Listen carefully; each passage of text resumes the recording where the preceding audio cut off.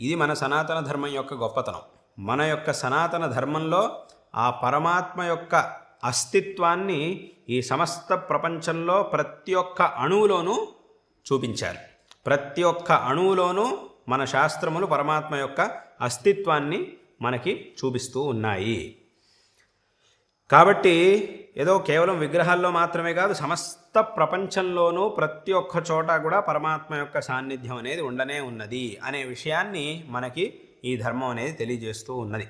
కాబట్టే మనం ఆ సూర్యుడిని ఆరాధిస్తూ ఉన్నాం. కాబట్టి ఇప్పుడు సూర్యుడిని ఆరాధిస్తున్నాం, భూమిని ఆరాధిస్తూ ఉన్నాం, ఇలా రకరకాలుగా పరమాత్మ యొక్క ఆరాధనని మనం చేస్తూ ఉన్నాం.